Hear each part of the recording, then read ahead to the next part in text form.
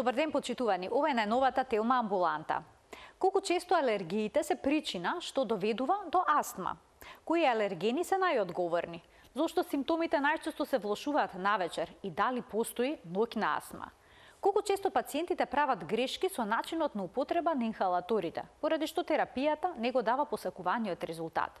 За сето ова, но и многу повеќе, разговараме со професор доктор Дејан Доктикич, пулмоалерголог. Останете на телма и проследете го разговорот.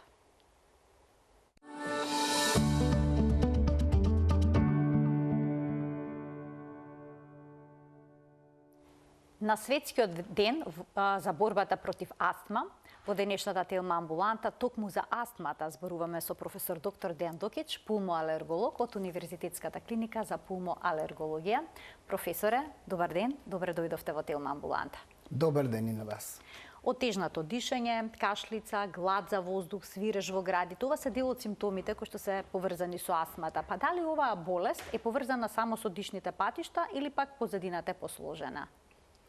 Па точно како што спомнавте, симптомите се доста карактеристични и поред тоа што во некои состојби може да бидат скриени и не може да бидат толку впечатливи на самиот пациент за да побара помош, па дури ни на лекарите не е секогаш јасно клиничката слика.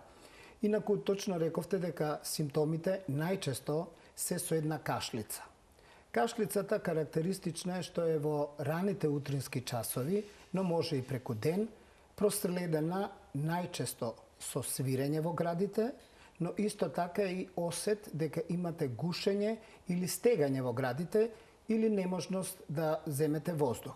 Тоа се карактеристичните симптоми, но постојат и некои други симптоми поопшти, да кажам, не толку специфични, а тоа е потешко да се движат по скали или да имаат ограничување на физичката активност заради замор, кој што не секогаш го препишуваме нели на астмата, бидејќи постојат и други причини за слични симптоми. Инаку во основата на астмата се работи за една инфламација. Не би сакал да го употребам зборот воспаление, бидејќи во нашиот јазик доста е ограничен во изборот на зборови што опишуваат одредени термини и секогаш кога ќе кажете воспаление се асоцира со бактериско или вирусно заболување. Меѓутоа една инфламација, бидејќи поред вирусите и бактериите, многу почесто причина за астмата и за тоа воспаление во наводници или инфламација се исто така алергени или некои други фактори од надвршната средина или од собственото тело или пак некои имунолошки процеси. Затоа викаме една инфламација на бронхијалното стебло. Сега да објасниме дека бронхијалното стебло, како и сите други органи, обложено е со епител. И тој епител всушност представува една бариера, една одбрана, заштита на организмот од влијание на надворешната средина, бидејќи се наоѓа на граница помеѓу надворешната средина и во овој случај респираторниот систем. И кога таа бариера и кога тој епител е интактен, односно не е пореметен, него си е нормално функционира, разни фактори од надворешната средина воопшто не делуваат на организмот, тој не ги воопшто дури ни детектира. Меѓутоа во случај кога имаме една инфламација на дишното стебло, независно од која причина, доаѓа до оштетување на овој епител, дури до десквамација, односно се разрушува, се деструира овој епител, така да сензорните нервни завршетоци остануваат одголени. Рачунете дека сега немате зид на тоа место кој ве штити од надворешните фактори.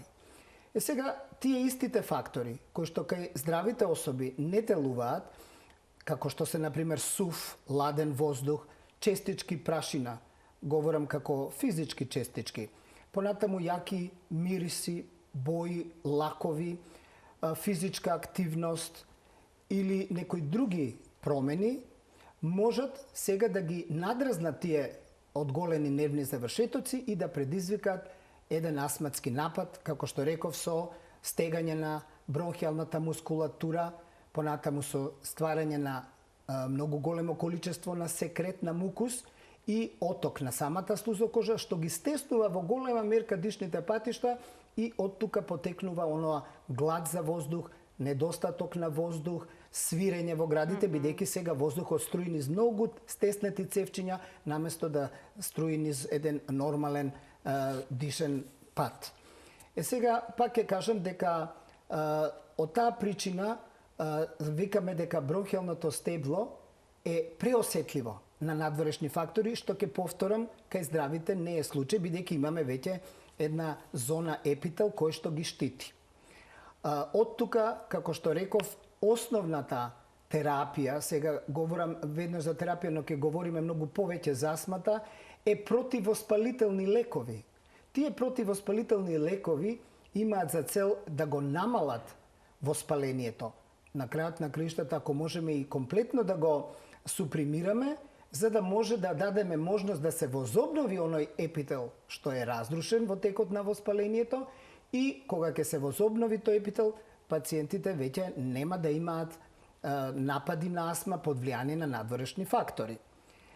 Токму тоа, сега да се навратиме и на Светскиот ден на астмата, мотото на овој ден, Светски ден на астмата за 2026 година, по препораките на Светската здравствена организација, е да имаме достапност до противоспалителни инхалери за сите пациенти со астма, бидејќи се уште постои една ургентна потреба, односно итна потреба за таквите.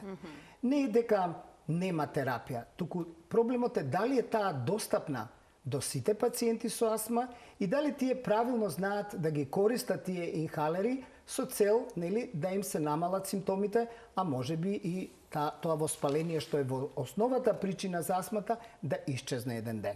Ке проговориме и како правилно се употребуваат овие пумпици, односно инхалери, но да се навратиме на тоа дали болеста можеби има генетска позадина. Се наследува ли склоноста кон астма или пак самата болест можеби? Сега доаѓаме до еден термин каде што астмата всушност е збир на заеднички симптоми, но кои што имаат различни лица и кои што имаат различни причини. Значи, астмата ќе ја дефинираме како збир на повеќе различни болести, ако сакате, или повеќе различни лица на една болест. Прво да кажеме дека и ќе дојдеме до понатаму ваш одговор на вашето прашање дали има и генетска поврзаност. Прво, во основните механизми, односно причини за астмата ги делиме во две големи причини, односно причинители во однос на пореметување на имуниот систем. Едното е склоноста кон алергии.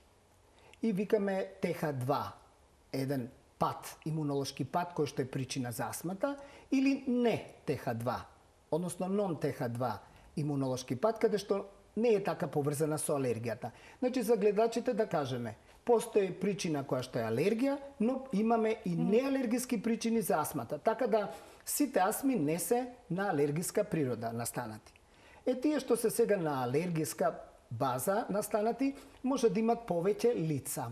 Прво може да се јават рано во детството, викаме ран почеток на астмата, во главном уште во детската возраст, може да бидат дел од еден атописки марш, но и не мора да бидат. Се јавува, значи, кај млади деца, се јавува придружена е со појава на алергии кон одредени алергени во природата, во воздухот што се наоѓаат. Најчесто тоа се микрокрлежи што живеат во домашната прашина, полен од поленски зрнца од трева, поленски зрнца од корови, поленски зрнца од дрва, но може да бидат и на крзно од домашни миленичиња, може да бидат спори од мувла, значи постојат повеќе различни алергени кои што можат да бидат причина кај овие мали деца да се развие астма. Исто така кај нив доколку ги тестирате и ќе најдете позитивни ќе бидат кожните тестови, обично имаат и покачен имуноглобулин Е, верувам дека сите оние што имаат алергиски деца или можеби самите се алергични пациенти знаат што станува збор, тоа е едно антитело кое што е сигнификантно покачено кај скоро сите алергиски заболувања. Понатаму имаме друго лице, кај една астма што подоцна во животот малку се јавува. Може би после пубертетот, во адолесценцијата или пак во адултниот период од животот на луѓето. И честопати е пратено со покачено број на еозинофили, едни воспалителни клетки кои што се доста карактеристични за овој тип на астма и ја викаме еозинофилна астма. Понатаму може да се јави кај одредена група деца воглавном, кои што или пак атлетичари, кои што добиваат астматски напади после интензивна физичка активност. Значи, тука се други механизми кои што доведуваат до ова. Не се работи за полен, не се работи за една чиста алергија кон алергени од надворешната средина. Понатаму може да се јави астма која што е посредувана со или алергиска астма на одредени мувли, на одредени габички. Па понатаму може да се јави астма која што е провоцирана со земање на аспирин или со земање на некои слични на аспиринот лекови, така наречени нестероидни антиинфламаторни лекови, каде што честопати е придружена и со полипи во носот. Значи сите овие лица или овие форми на астма што ние ги гледаме во секојдневието, во основата, ќе повторам, имаат некаква си алергиска природа. Но како што реков, постои и група на астма манифестации кои што немаат во својата позадина или како причина немаат алергии, се уште се непознати механизмите, други имунолошки механизми, како што е, например, неутрофилна астма. Се јавува подоцна во животот и доминираат сосема друга група и на клетки од крвта, тоа се неутрофилите. А еозинофилите се во многу помал број. Понатаму имаме астма која што е поврзана со прекумерната тежина или со обезноста. Обично се јавува кај жени после 40 година што се обезни. Имаме друг механизам тука на делување. Потоа имаме астма што се јавува кај пациенти што пушеле. Па ги има карактеристиките и на астма и на хронична обструктивна белодробна болест.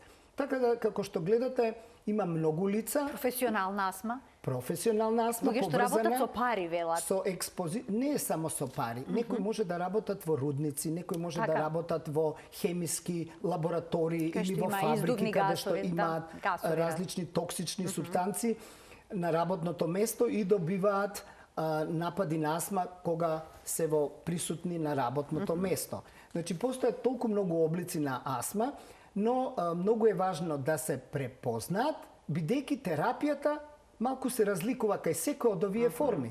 Нели, ако имате алергии, како причина ќе се бориме со алергијата, ако не е алергијата, ќе се бориме со други фактори што може би се причина. Така да би требало секој еден лекар да ја препознае клиничката форма на астмата, да се запраша која е причината или не само да се запраша, туку со одредени биомаркери да дојде до причината, за да може адекватно и ефикасно да ги лекува своите пациенти. Професоре, кога сме кај алергиите, најдов на еден интересен податок. Има ли вистина дека оние кои што чуваат домашни љубимци, домашни миленичиња, имаат поголема шанса да развијат алергија, доколку во домот имаат, да речеме, една мачка или едно куче, а помала шанса за еден таков настан, доколку чуваат 2 или 3, па и повеќе мачки или кучиња? Видете, ова е повеќе хипотеза отколку во праксата и ќе ви дадам два примери. Ова што го рековте може да се примени и е доста, да кажам, вистинито кај оние што имаат алергија на убот од пчела. Затоа што популацијата општа, или сите ние кои што не се занимаваме со пчеларство, многу ретко добиваме убот од пчели, затоа што и ретко се експонираме на тоа. Меѓутоа, пчеларите, кои што работат секојдневно со пчелите, тие добиваат многу убоди во текот на работата, може би и во текот на денот, така да се смета дека тие многу убоди им ствараат една отпорност или резистентност на овие пчеларите против отровот од пчелата, и на некој начин им делува како сензибилизација, како едноставно десензибилизација ги имунизира. Но, од друга страна би сакал да кажам, членовите на нивните семејства, поради тоа што се во близина на членови од нивното семејство кои што се пчелари, добиваат почесто убоди. Не толку колку пчеларите да им создадат имунитет, но повеќе од општата популација, па тие имаат најтешки форми на алергија на убот од пчела, дури некогаш може да бидат и смртоносни. Значи, најголема опасност има фамилијата на пчеларите. И тие треба посебно да внимаваат. А како што реков, пчеларите добивајќи многу убоди, тие се десензибилизираат, односно се имунизираат и немаат проблеми во однос на тоа. Тоа е исто како да зимате вакцина против отровот од пчелата. Сега да се вратам на вашето прашање. Тоа не е случај така за мачките. Дали имате една мачка или повеќе мачки, не игра некоја сигнификантна улога во однос на тоа дали тоа дете ќе развие или нема да развие алергија. Крзното од мачка е многу јак алерген, морам да спомнам. Студиите укажуваат дека оние кои што чуваат мачки и кои што се алергични би требало на некој начин, како и сите наши препораки, да ги дадат мачките да ги чуваат други особи, а не да ги чуваат во собствените домови. Особено тоа станува збор за деца, каде што верувам дека психолошки не е едноставно да се оттргнете или оддалечите од своето милениче.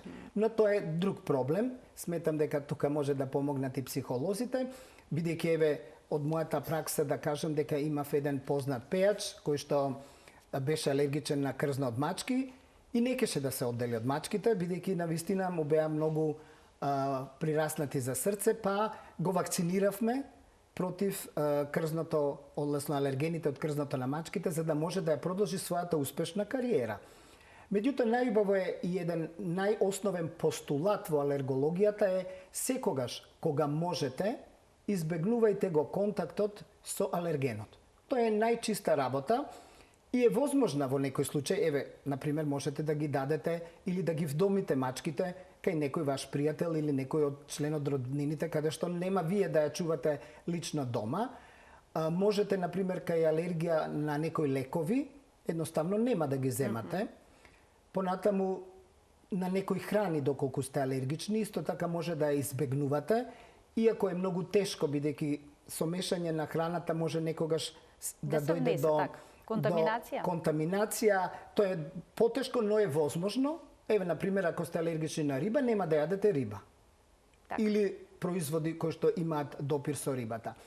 Меѓутоа, кај инхалаторната алергија на нешто што постои во воздухот, што се вдишува, вие не можете да го избегнете и ќе морате да примените ја друга мерка.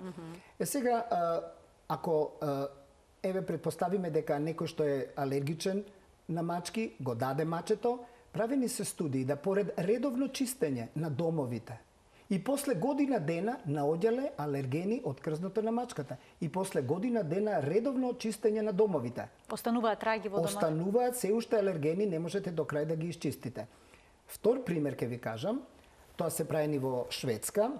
Деца кои што се алергични на мачка, доколку седнат до другарче во клупа, кој што чува мачки дома и кој што предпоставам дека на облеката ќе има неколку влакна, веднаш ќе почне да развива симптоми на алергија. Само што седи до него. Значи, мачката е јак алерген, потребни се дури мали количини за да настане една алергиска реакција. Така да, ова што го рековте, дали една мачка ќе чува или повеќе, не може да се примени во примерот на мачки, за разлика од тоа, она што го спомнав кај пчеларите, тоа може да има значајна улога. А со крзното на кучето? Исто така е силен алерген како не се толку јак алерген, можно е, но е многу постојат и одредени хипоалергогени соеви на кучиња, може би постојат и на мачки, не знам, не сум толку запознат во таа проблематика.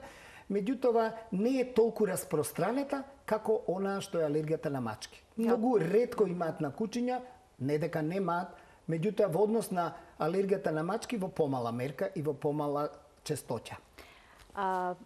Ова е еден интересен факт што беше убаво да се дознае. А професоре, дали постои проблем поврзан со астмата кој што се јавува исклучиво навечер, бидејќи некои пациенти се жалат на кашлица во ноќните часови откако ќе легнат. Па дали часовите минати во кревет, значи во сон, имаат некаква поврзаност со интензитетот на астмата? Еден од основните симптоми кај астмата е кашлицата и гушењето, нели, со свирењето на градите, и многу почесто се јавува во раните утрински часови. Но тоа нема врска со на некој начин со тоа каде спие, туку има врска со нивниот циркадијан ритам на собствените хормони. Ние знаеме дека скоро сите тоа е деноноќен ритам. Значи, собствените хормони што ги лачи секој организам имаат одредено движење, имаат најголемо дејство или најголем пик во одредени ноќни часови и потоа нивната концентрација опаѓа. Така да се смета дека кортикостероидите, собствените, кортизолот, нивото на кортизон опаѓа и е најниско во раните утрински часови, што коинцидира со настанувањето на кашлицата. Значи, деноноќниот ритам на хормоните е директно поврзан, особено на кортизолот, е поврзан со настанувањето на ноќно будење заради кашлица, односно заради астма. Но нема ноќна астма? Или нема има? ноќна астма, бидејќи тој е симптом кај сите форми на астма. Најчесто се јавува во раните утрински часови, кај некој не се јавува воопшто во ноќните часови, но кај тие што се јавува, повторно ќе кажеме, поврзано со дневно-ноќните варијации на концентрацијата на кортизол, што собственото тело го лачи. А има ли вистина дека пациентите со астма, кои што спијат помалку од 6 часа, имаат поизразени симптоми на астма во споредба со некои што ќе си одспијат убаво 8-9 часа? Това е статистички некој број кој што нема некоја логична поврзаност или подлога. Значи, некој, знаете зашто? На некои луѓе им е потребно и 5 часа да се чувствуваат одморни, а некој им е потребно 7-8 часа спиење. Секој организам има различни потреби. Меѓутоа, не гледам некоја поврзаност со тоа дека доколку некој има астма и ако спие помалку, дека ќе добие почесто астма.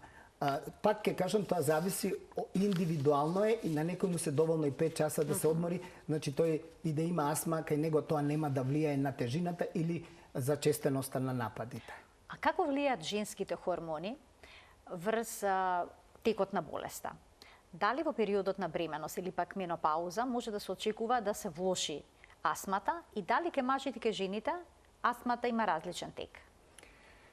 Астмата како болест има исти симптоми и сличен тек како кај мажите, така и кај жените. Кај некои пациентки во текот на бременоста, секако дека хормоните ќе играат една важна улога, меѓутоа, во тој период, жените кога се бремени се на некој начин не се баш вољни да зимаат лекови, кои што ќе можат да нормално нивната астма во конкретниот случај, но тоа е генерално за било какви лекови, за било кои болести, да ја одржуваат контролата на астмата. И често пати одбиваат или ги прекинуваат сами лековите, било да се тоа во форма на спреови, можеби некогаш нивните матични гинеколози или можеби некои матични лекари ги прекинуваат со одредени совети. Значи, не знам која е причината, но често пати гледаме да жените го прекинат земањето на инхалаторна терапија, уште повеќе ако станува збор за некоја таблетарна терапија, таа секако уште повеќе би можел да ги разберам зошто не ја зимаат, и после одреден број месеци на трудноќата, астмата се враќа и добиваат тешки напади пред породување, и честопати на клиника сме имале или родилки или гравидни жени кои што заради влошување на астмата сме морале да ги хоспитализираме, да ги извлечеме од тој напад и понатаму да им го овозможиме полесно пораѓањето, односно да немаат вакви тешки симптоми од респираторниот систем за време на партусот, односно пораѓањето. Како изгледа поставувањето на диагнозата астма кај пациентите? Кога ќе дојде пациент кај вас, претпоставам дека започнува разговорот со него, какви симптоми чувствува. Можете ли врз основа на тоа што ќе го раскаже, веднаш да поставите диагноза или се потребни дополнителни испитувања? Значи, веднаш не може да се постави диагноза. Има одредени случаи кои што се многу јасни, карактеристични, кои што ви паѓаат во оној модел на типичен пациент за астма, и тогаш можете да се во голема мерка посомневате, но секогаш треба да ја докажете. Значи не може врз основа на некакво сомнение да се постави диагноза, него туку мора да се направат одредени тестови за да дојдеме и да бидеме сигурни, бидејќи секако дека не сакаме да дадеме и не смееме да дадеме во медицината лек на некој ако ние немаме диагноза и ако на крајот се воспостави дека не му било ни потребен лек, а имаме се уште такви примери во праксата. Значи, прво го распрашуваме и ги бараме оние карактеристични симптоми. Но верувајте, не секој пациент уме да се изрази или да ги каже. Често пати фрагментирано. Па вие морате како инспектор да го прашате дали имате ваков симптом, дали имате ваков, кога се јавува, како се јавува, колку трае и така натаму. Значи, тоа е прво една комуникацијска вештина што мора да има лекарот. Понатаму, ако, например, вие имате пациент, млада особа, која што каже уште од рано детство, постојано кивам на пролет, па ми тече носот, ми тече бистар секрет од носот, имам јадеж во очите, имам серија од кивање, понатаму, може би со тек на годините почнало и да свират во градите или да се гуши и се во пролетен период, многу јасно ви укажува дека може би се работи за една алергиска астма, бидејќи во пролетниот период ги имаме тие поленски зрнца кои што се наоѓаат во воздухот. Но пак ќе кажам, ние мора да го тоа докажеме, бидејќи со тие кожни тестови, бидејќи кожните тестови се златен стандард во диагнозата на алергиските заболувања. Се уште. Не преку крв? Не преку крв, заради тоа што вие го тестирате одреден сомнителен алерген врз самиот пациент, врз самата кожа од пациентот. И доколку развие реакција, тркалце и црвенило, како убот од комарец, тоа ви е најголем доказ дека тоа има клиничка релевантност кај тој пациент. Додека пак вие земајќи крв, вие можете да добиете одредена бројка. А дали таа бројка нешто значи и што значи? Например, се смета дека одреден има кат-оф или една граница над која што може би станува збор за алергија, но што станува збор за оние вредности што се гранични? Вие пак не знаете дали е тоа релевантно за тој пациент или не. Многу високи вредности во крвта, за специфични ИГ, тоа го мерите практично, може да ви сугерира дека имате стварно алергија.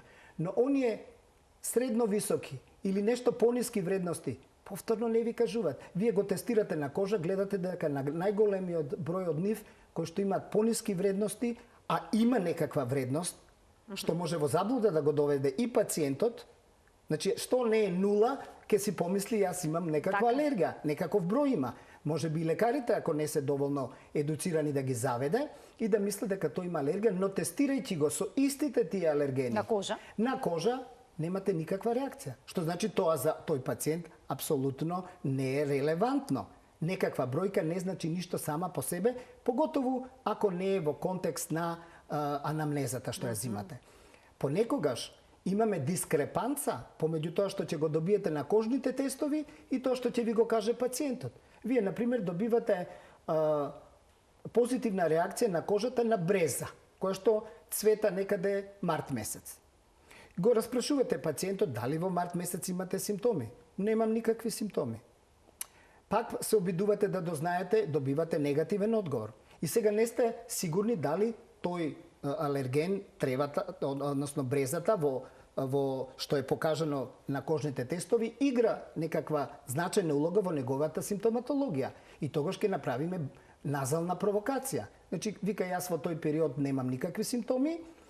Ако го тестирате, алергенот го шприцувате, бризгувате во носот, 3 различни концентрации, може да се мери преку уриноманометрија за да биде пообјективно.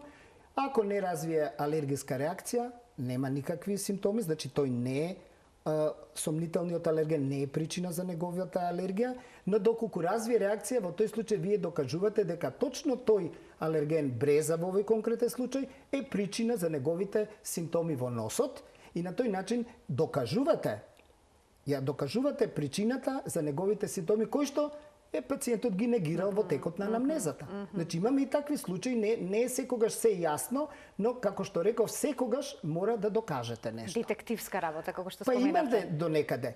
Освен тоа, треба да прашате и фамилиарната историја, бидејќи се враќам на првото прашање, дали има генетска поврзаност? Да, кај некои форми на астма, особено ние што се алергиски, има една генетска поврзаност и одредени гени се најдени дека некои генски локуси тука се повеќе асоцирани со настанување на обструкција, со настанување или добивање на алергиски заболувања.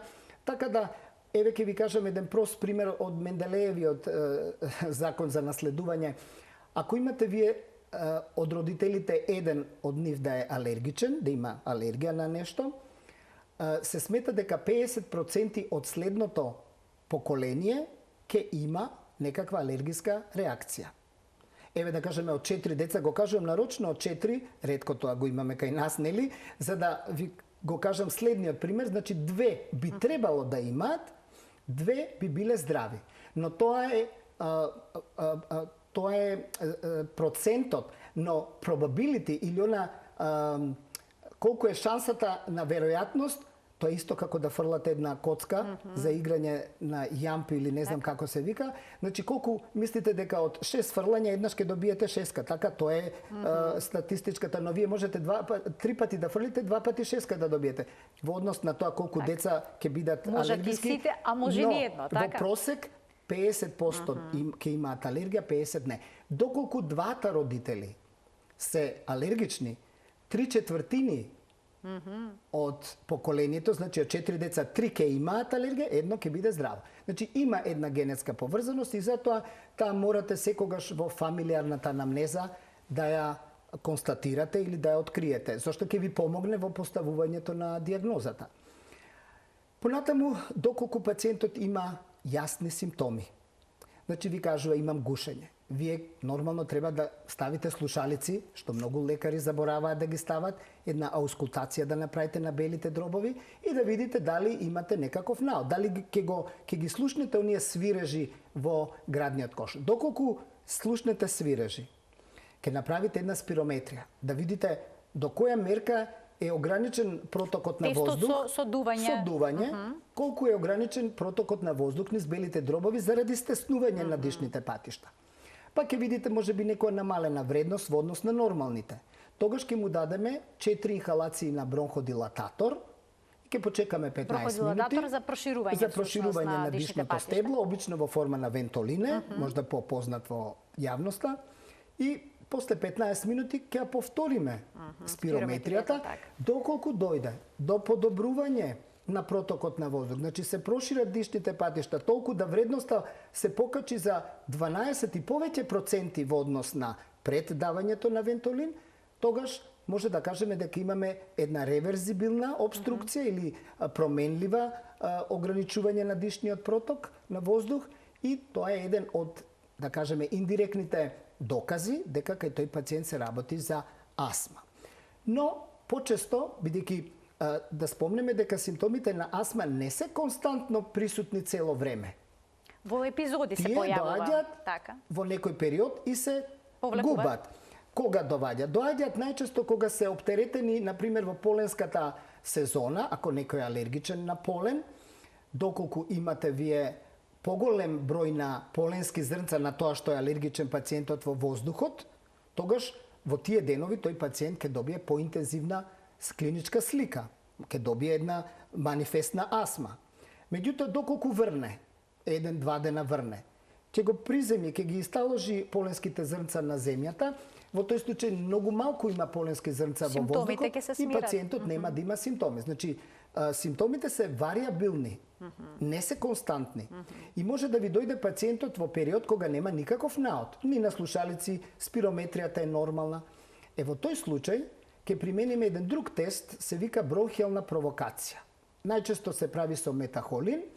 Му даваме на пациентот одредени концентрации на хемиска субстанца метахолин, тоа бар го правиме кај нас на клиника, до одредена максимална доза и доколку се јави обструкција, кашлица, симптоми на астма и доколку ги верификуваме на спирометрија, доколку значи падне вредноста нивна за 20% во овој случај и повеќе, тогаш може со сигурност да кажеме дека има преосетливо бронхијално стебло заради астма тој пациент. Значи имаме две различни методи. Кога има наод, една метода се користи, кога нема наод, друга метода. Секако, дека кај секој еден таков пациент, доколку одамна не бил на лекар, особено на пулмолог или алерголог, треба да направиме една рентгенска снимка. Да видиме белите дробови, да не има некоја друга причина за таа обструкција што ние ја слушаме. Понекогаш имате страни тела кај мали деца и така натаму. Значи, потребни се повеќе да се направат, како што реков, кожни тестови, да видиме дали алергијата е причина за астмата или ќе бидат негативни, па ќе се ориентираме дека тоа лице на таа астма има неалергиска природа во основата на болеста. Понатаму може да се направи мерење на азотен моноксид во исфрлениот воздух од белите дробови. Ако има високи вредности, укажува за една еозинофилна астма, ако има ниски вредности, ќе укаже на други параметри. Па ќе мериме концентрацијата на имуноглобулин Е. Ако се многу високи вредности, ќе укаже за една алергиска астма, ако се ниски, ќе укаже на друго, па ќе мериме дали има еозинофили во спутумот, во искашлокот, или има неутрофили што доминира. И така полека ќе дојдеме, мерејќи ги овие биолошки маркери, до причината за таа астма. Кога ќе ја знаеме причината, со давање на адекватна терапија, можеме да астмата контролираме. Значи, целта, сега доаѓаме до она што Джина и другите водичи за астма постојано го повторуваат и се стремат, а тоа е да се постигне контрола кај пациентите со астма. Што значи контрола? Значи, практично да знаат гледачите. Тоа значи да немаат ноќни симптоми, што ги спомнавме пред малку. Значи да немаат будење заради астмата. Тие можеби ќе се будат навечер, да уринираат или од X причини, но не заради астмата. Значи да немаат ноќно будење заради астматски проблеми. Да немаат дневни проблеми со дишењето, или ако ги има да се помалку од 2 пати во неделата. Значи дозволено е до 2 пати да имаат мали лесни проблеми во текот на денот со дишењето или обструкција, па според тоа да не земаат бронходилататори или инхалери за проширување на дишните патишта помалку од 2 пати во неделата, да имаат нормална секојдневни активности и во школа, на работа, да имаат нормална белодробна функција, да немаат влошување во целата последна година, тогаш викаме дека астмата е контролирана и тоа е стремеж на секој еден доктор што се занимава или кој што има пациенти болни од астма. Не секогаш се постигнува тоа, но треба секогаш да се трудиме. Тоа треба да биде стремежот. Тоа треба да биде. Пациентите со астма многу често користат пумпици. Така е. Но понекога се жалат дека немаат резултати од терапијата. Се должи ли тоа обично на погрешната употреба на пумпицата? Многу често. Многу често во однос на тоа што се мисли.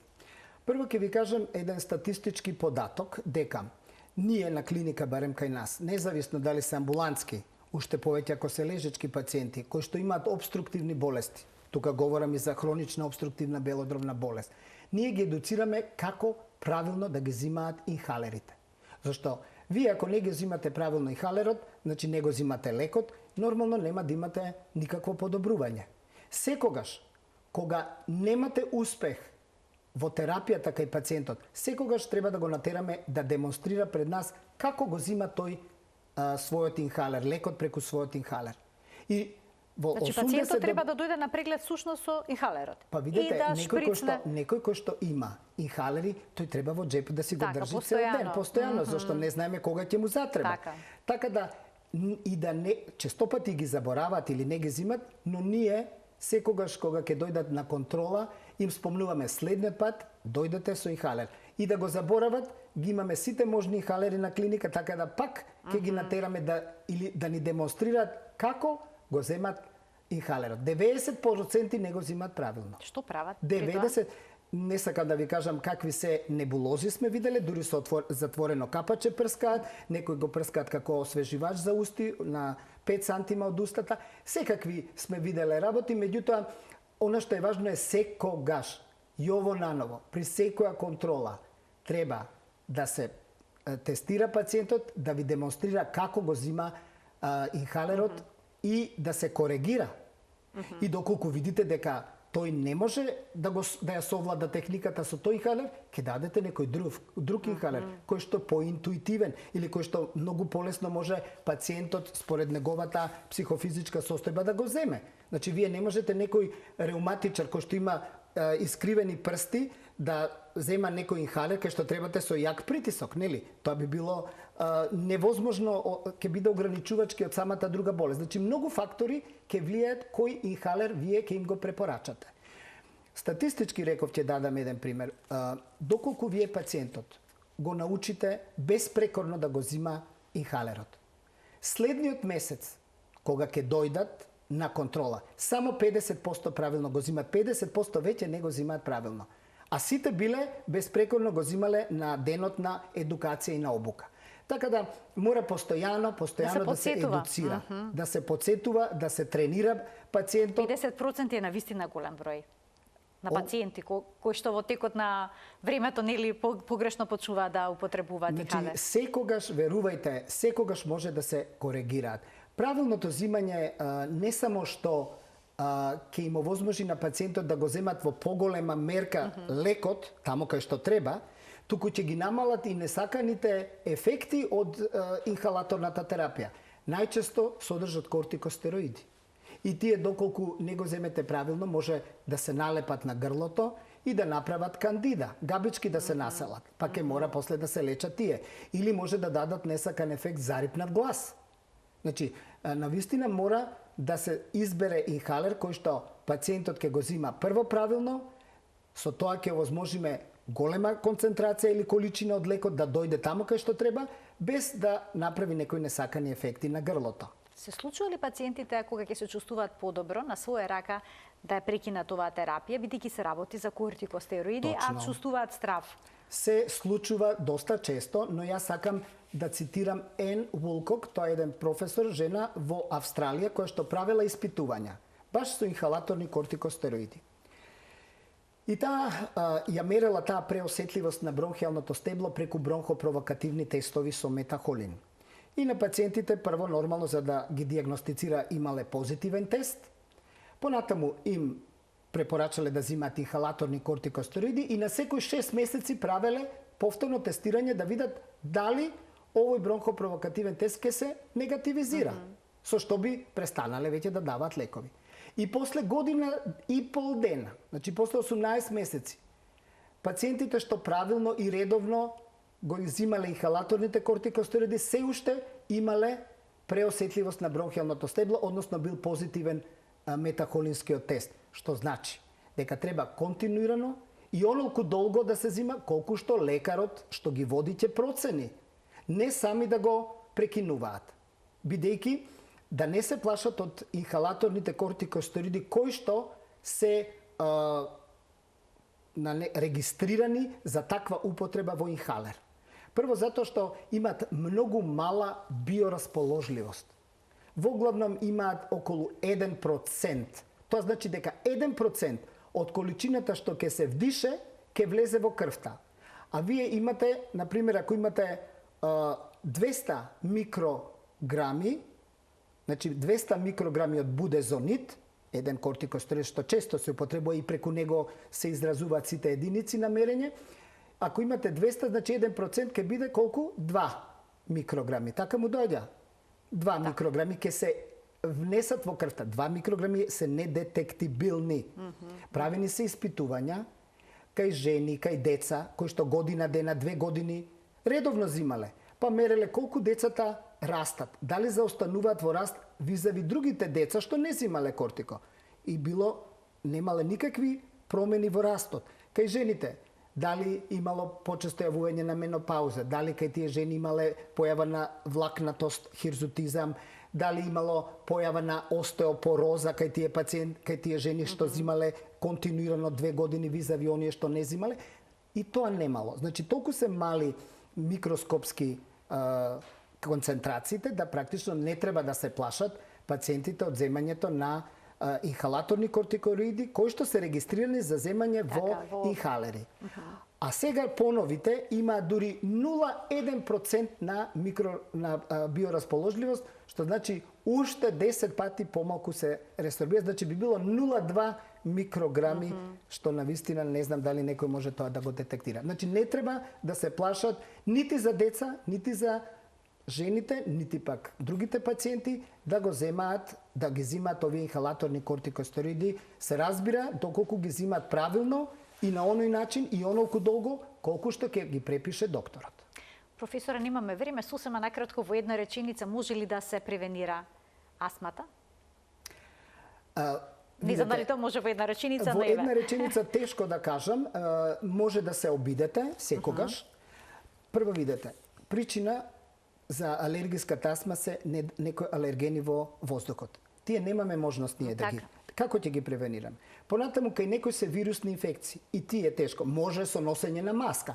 Меѓутоа, колку е применливо, вие самите може да пресметате. Кога беше ковид, дури тогаш не се носеа, кога беше една смртоносна пандемија, а камоли сега некој да носи маска на ова топло време, да се заштити од алергени. Понатаму, исто така аерозагадувањето. Не можете да го контролирате. Така да факторите што придонесуваат или оние тригер фактори што ја влошуваат астмата, вие не можете да ги избегнете. Но она што може да направите е редовно да ја земате вашата инхалаторна терапија, правилно, секогаш проверена од лекарите, на тој начин вие можете во голема мерка да ги спречите нападите или влошувањата на болеста. И болеста се стави под контрола, и што е целта? И болеста да се стави под контрола. Ви благодарам многу за вашето денешно гостување во Телма амбуланта, за ова прекрасно појаснување на тема астма. Благодарам. Почитувани, тука го закружуваме денешното издание на Телма амбуланта. Ви благодарам за вниманието со кое што и денеска не следевте и ви посакувам пријатен ден.